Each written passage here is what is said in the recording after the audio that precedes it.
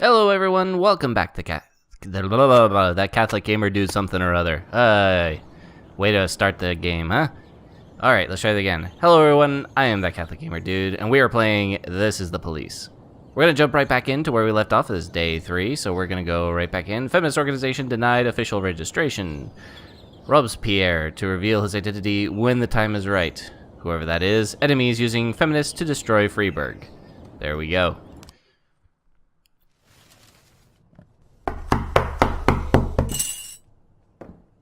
Whenever I'm alone at home and there's a knock at the door, I always hope it'll be my wife, Laura.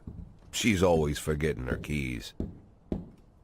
Hello, my name is Steve, and you're Jack Boyd, is that right? To get to my front door, the Bible boys walked about a mile from the local bus stop, jumping over mud puddles and skirting a couple of landfills. Laura doesn't go in for religion either. But according to her, these brave lunatics with their fake smiles deserve at least a minute of attention. Aw, I'm pretty sure they're genuine. She listens to them, asks them questions, regales them with pastries, and never once dropping a hint of condescension. When I watch her do it, I've got to admit it gets me. I'd have hugged those boys, sat with them on the porch, and lit up a cigar. But a month after Laura left, all I could do was quietly ask them not to bother me. Today I'm a little rougher still. Shut the door on his nose this time. Another couple weeks at this rate and I'll be greeting anyone who comes close with my service pistol pointed towards the sky, ready to fire my warning shots. In my life, even the basic stuff never goes like it's supposed to. Normally, when a wife is going to leave home, she'll make a scene or at least sit everyone down for a serious conversation. But Laura just disappeared. The children in the stories always stand on the side of the mother, but all 3 of our sons supported me. The in-laws always blame the husband for making their daughter unhappy. But now Sally, Laura's mother, well, we sort of have a pact. The fellow Laura ran off with is young enough to be her son. I hear he's 30 years old. Of all the possible information a man can know about his wife's lover, I get hit with that. Fortunately, Laura's mother doesn't like the way it sounds either. Sally figures this guy just thought he'd have some fun with a mature woman, but he'll be back chasing college girls before the year is out. So we have an agreement. Sally's gonna track down Laura and try to reason with her, and we'll arrange a meeting. Meanwhile, I'm supposed to not do anything stupid, which of course means anything at all. It's a crazy situation. I'm the police chief, and the person I'm trusting to find my wife is an old woman armed with a phone book. But I can't afford to lose Sally as an ally. So for the moment, I had to swallow my pride.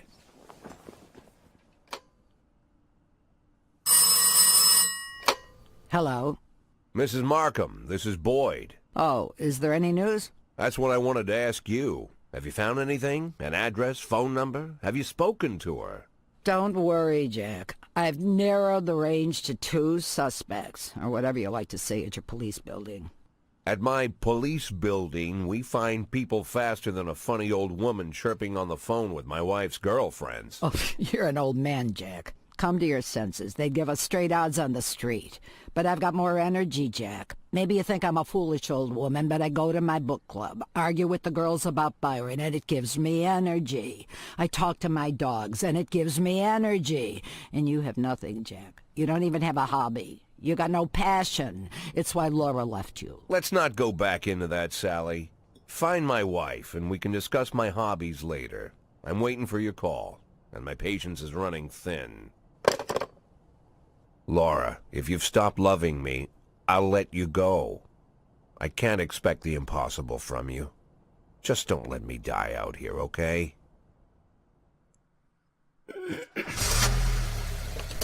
Off to work we go. So I think one of the things, at least that attracted me to this, was that Boyd just seems to be like, you know, not a great guy, but there's nothing really like wrong with him. So it's kind of depressing that it is the way it is. And I think that's kind of why it's like it's kind of a little bit easier to understand how a guy down on his luck like him might fall into, you know, a bit of corruption. So here we go with Shift B for today, and we're back with our predominantly female force.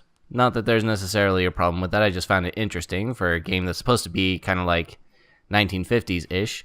We have this is a very equal opportunity police force, even more so. So, anywho, let's go ahead and start our day. Let's see. Haven't played this one yet. Let's go ahead and get some tune skis on.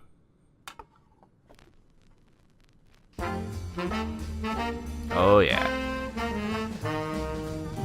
And here we go, starting the day. Now, we've already got something in the City Hall parking lot. A member of the city's cleaning crew saw an elderly man approaching some expensive cars in the parking lot carrying a long iron rod.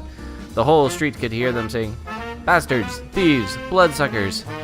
We'll probably want to send someone with a little bit of, actually, let's see. So we got a couple of people with bars.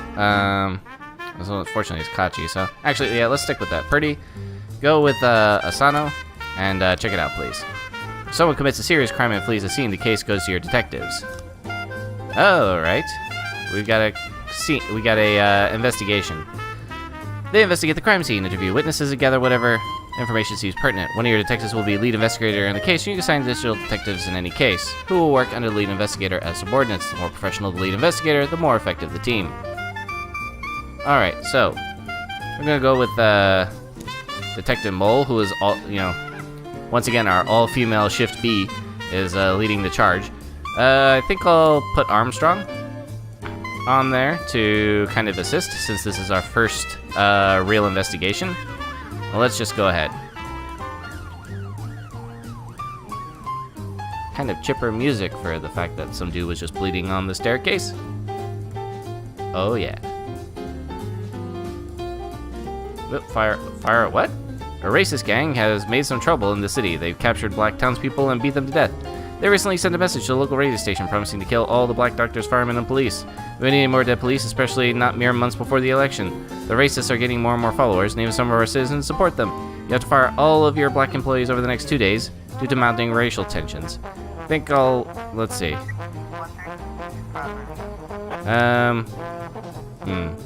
The gas station surveillance camera recorded a car that's on the stolen vehicles list. Let's see.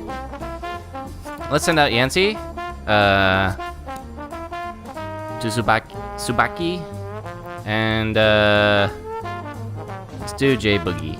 I don't think we need to fill that fourth slot. I think we'll be all right with just the three of them, especially with Yancy. Actually, you know what? Let's make Kachi. We'll send Kachi.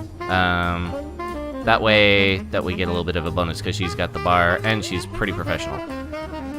So as you can see already, we're actually only down to a couple of people. What?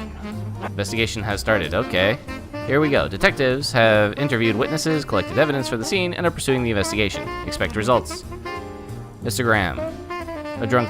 Eric Graham, a drunk witness, said, "They drove by in a sedan and they shot like a machine gun. I didn't see much."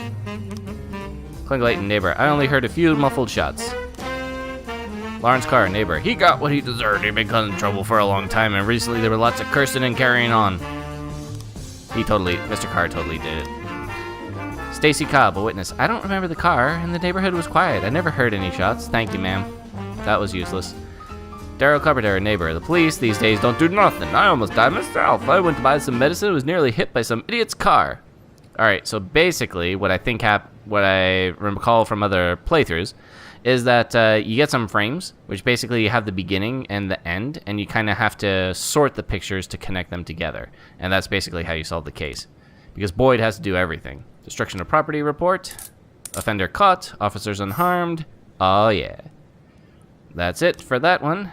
So far so good for this first day out again. First day out again, what am I saying? This is like day 3. This is the first day of this video. So we're heading out. Oh, the music stopped. Desire Park. Oops.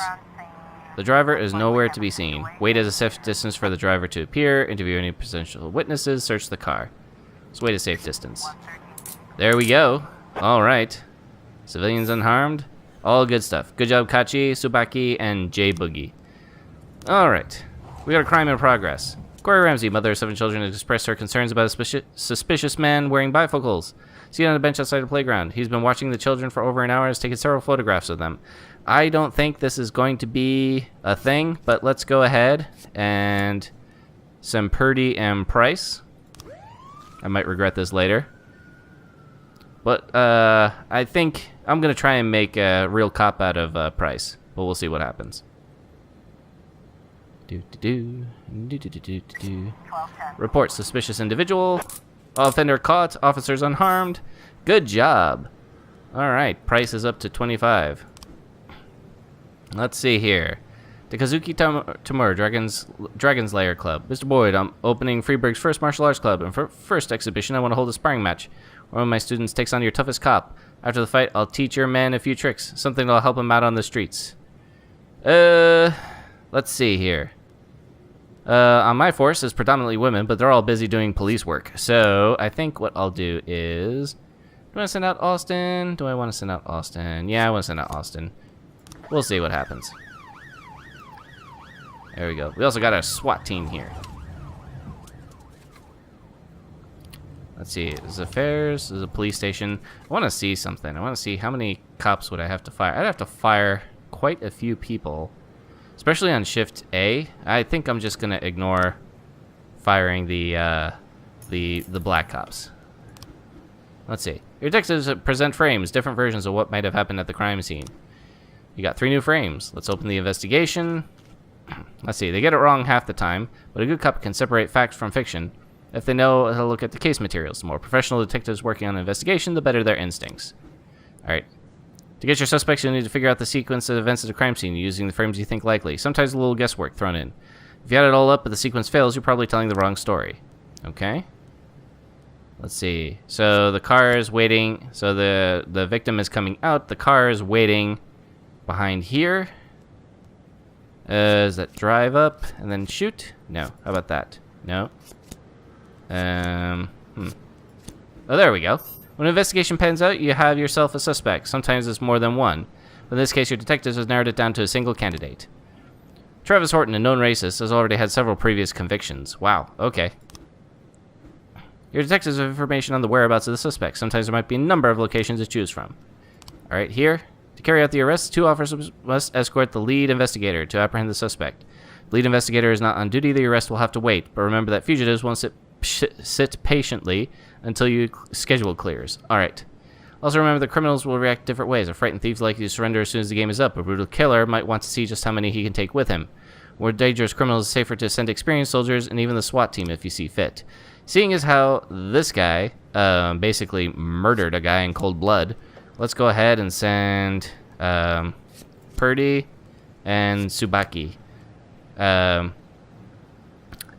I think that will be the best way to handle that. Alright, here we go. Kevin's Throat Bar. A bartender reports that a couple of dancers started fighting over tips, and a cat fight broke out right on stage. As interesting as that is, I think we will just go ahead and send 2 of our finest women to go ahead and take care of that. And actually, let's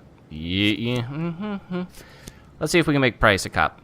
I'm gonna go for it, you know, because she's like the elderly cop on it, and she's just basically given up on life. We want to reignite that fire, so let's just go ahead. Come on, ladies. Octopus Restaurant. A bartender reported the fight has broken out between a patron and the bar's bouncer. The man, apparently drunk, has climbed onto the stage while a local singer was performing and tried to sing a duet with her. Alright, you know what? Yancy, J-Boogie, get on out there and make it happen. So basically everyone is out right now. Report. Chief had just about nailed the individual a couple of times, but he was too fast for me and won all points. Really don't understand all the rules, so I can't keep track of points very well. But he was alright, even showed me a few tricks after match. I got carried away and pulled my back. Think I can take a day off? Yeah, probably. So we're coming to the end of our day. It was a pretty busy one at that. Almost everybody was out. Alright, let's see here. On the stage, the 2 ladies going at it, and it's gone beyond arguing to a full catfight. The bouncer is fast asleep. Whoops. Clearly too wasted to handle the situation. Drunken patrons are happy to watch the fight.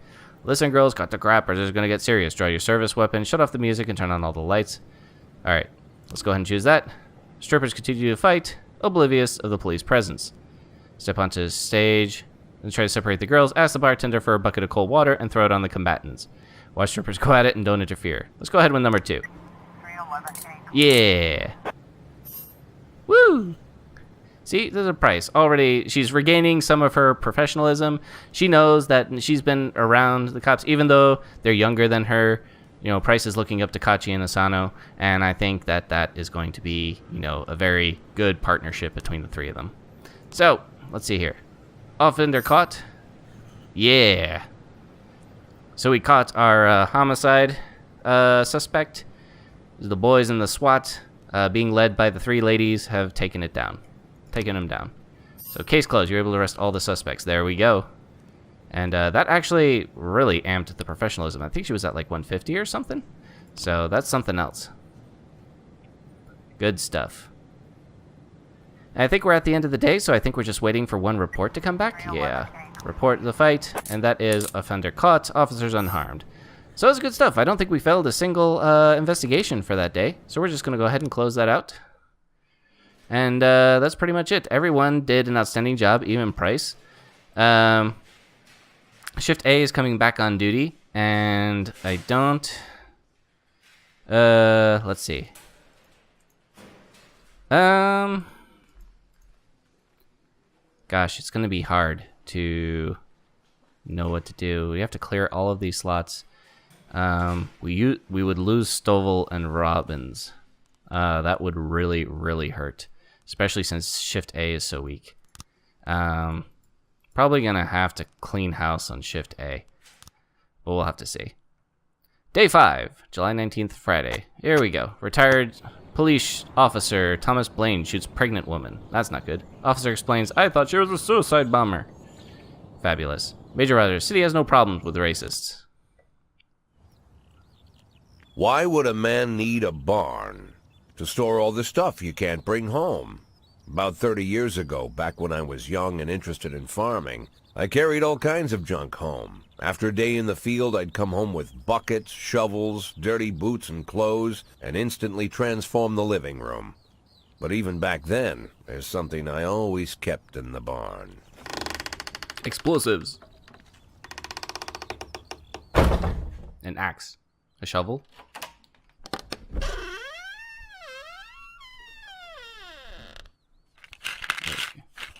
Ah.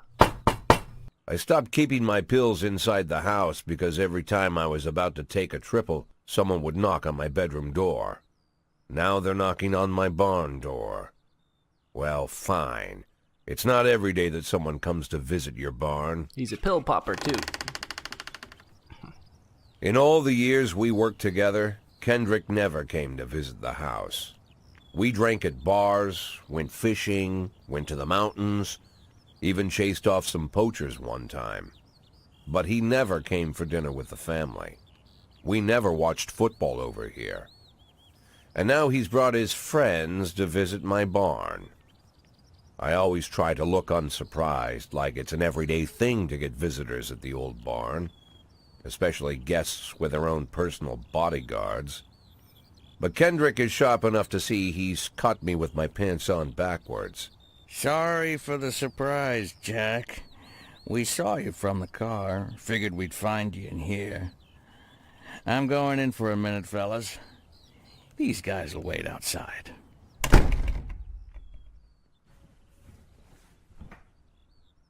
How long you been dating the lover boys?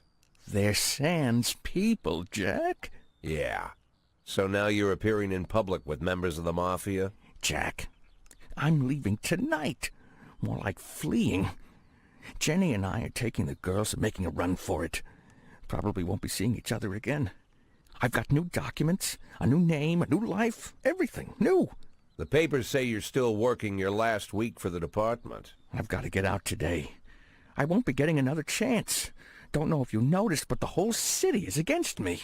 You told your Mafia friends about your plans. Jackie, if I don't fix everything with them in the next few hours, they're going to kill me. And not just me. My family, my relatives, God, Jack, I don't know who else.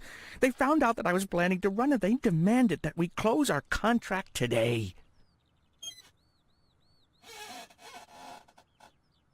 Your contract, Frank? Really? Is that how you talk now? Maybe you should call in the lawyers to straighten all this out. Now is not the time, Jack, please. I have a commitment to them until the end of the year. They need an inside line at police headquarters. I can't just give them back the money. That's not how the mafia works. If I can't find someone I can trust tonight, I'm dead. You know me, Jack. I wouldn't ask you if I wasn't afraid they'd cut my daughters to pieces before sunrise. He's the damn fool who puts his daughters in the crosshairs in the first place. Anyone in my place would have dressed him down good. But I didn't want to pile it on. Fate's already got this guy's soul in the grinder.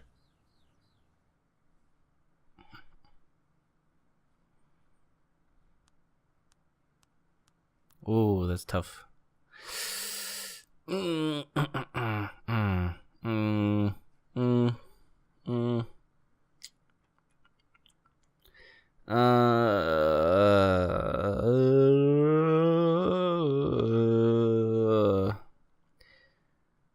know, really, I think at this point, since the game hasn't really asked me to commit to anything, you know, obviously they're in with the mafia, so that can't be good. But, you know, at this point, the game really hasn't said anything in terms of what we're going to be able to do. And also, if we cut Kendrick off, then there's no way we're going to be able to help him out down the line. But, gosh, that's tough. You know, responsibilities to the city versus I really don't know.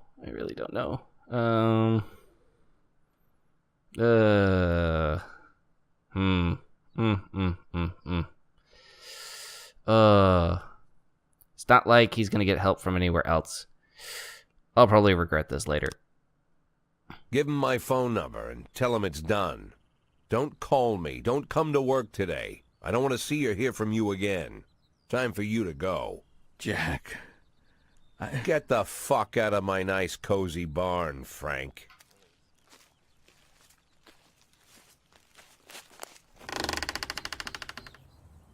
At the time, I was trying not to think about what just happened. It was almost too much to take in. I'm probably the most popular police chief in the history of the city, and I have to admit, I've thought about that more than once, sometimes with a little pride even. In one of the features they wrote about me in the papers, they said it pretty plain. He catches the criminals. Believe me, high praise like that is unheard of in Freeburg, especially for a cop. And here I am, the person who catches criminals, and I've agreed to help the mafia, or I'll come home to a bag stuffed with my kids' body parts. Right before the last hammer falls. Hey, remember that cop who caught criminals? It turns out he was a mafia bitch. And all for the sake of a greedy, corrupt cop who should have fled the country years ago. That sound right to you?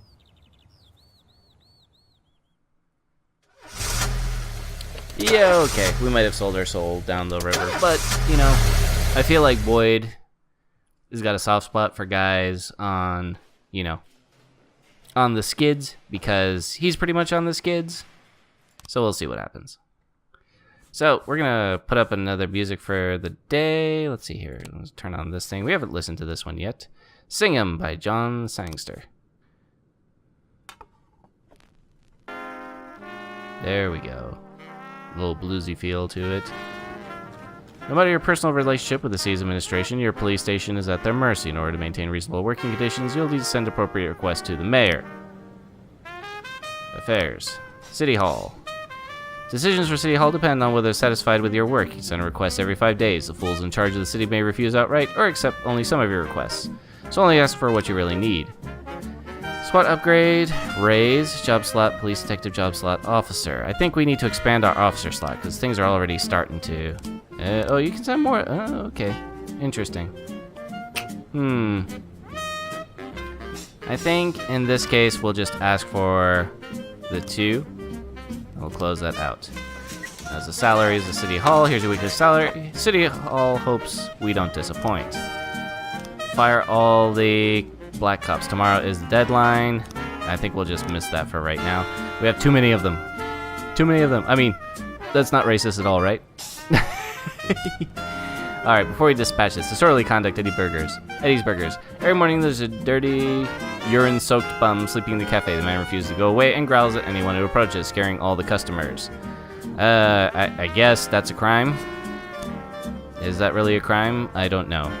I'm gonna send Stovall and Grant. Grant is looking up to Stovall and be like, I want to be a cop like you. Stovall is like, shut up, kid. So let's move on. Alright. A touch of Dionysius liquor store. A witness looking for a window. A witness looked on from her window while an armed man with a stocking on his head entered a nearby liquor store. That's bad.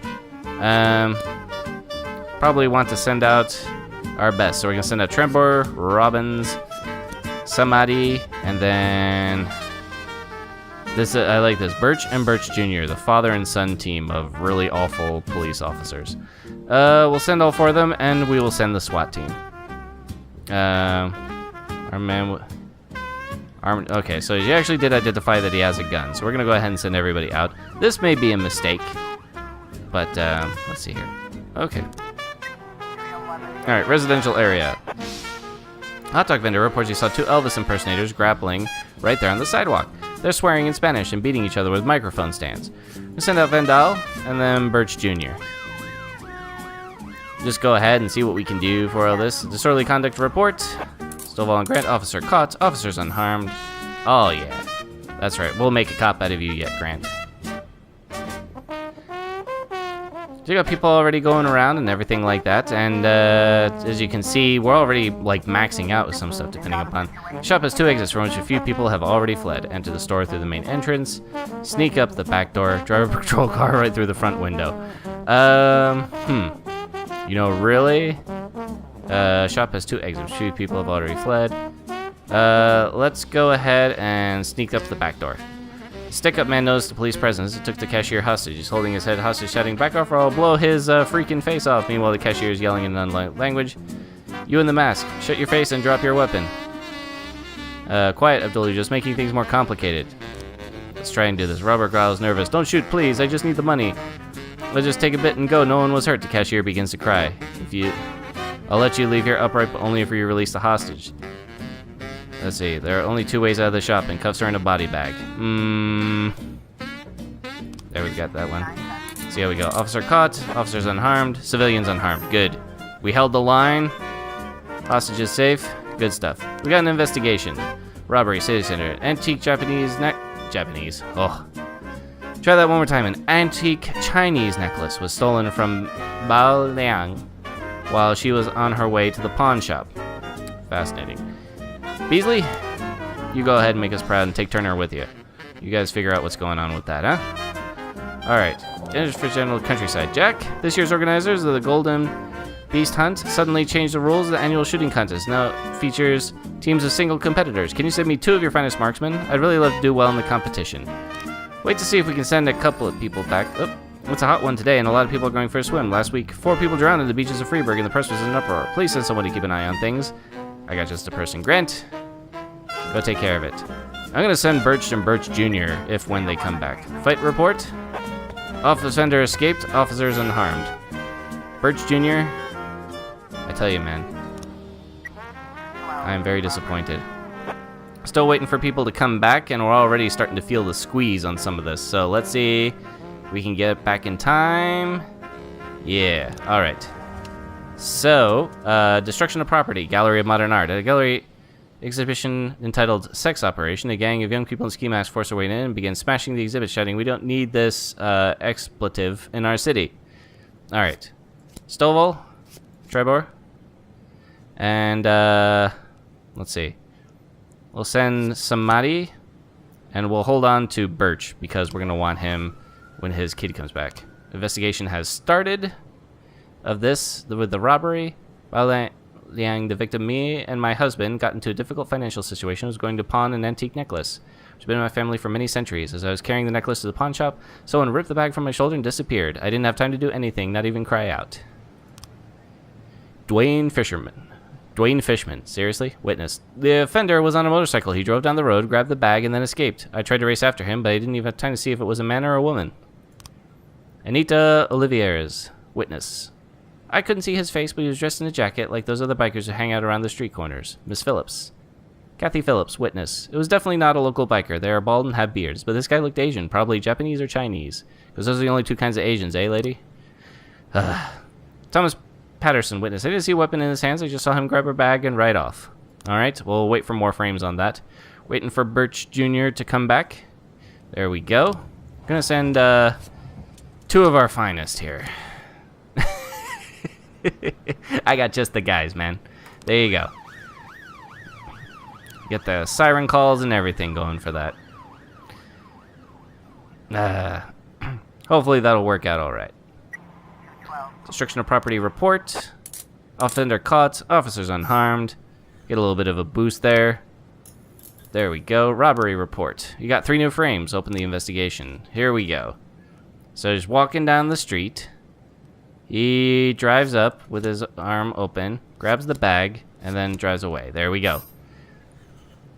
Guan Yin Lin, Chinese immigrant, recently expelled from the university.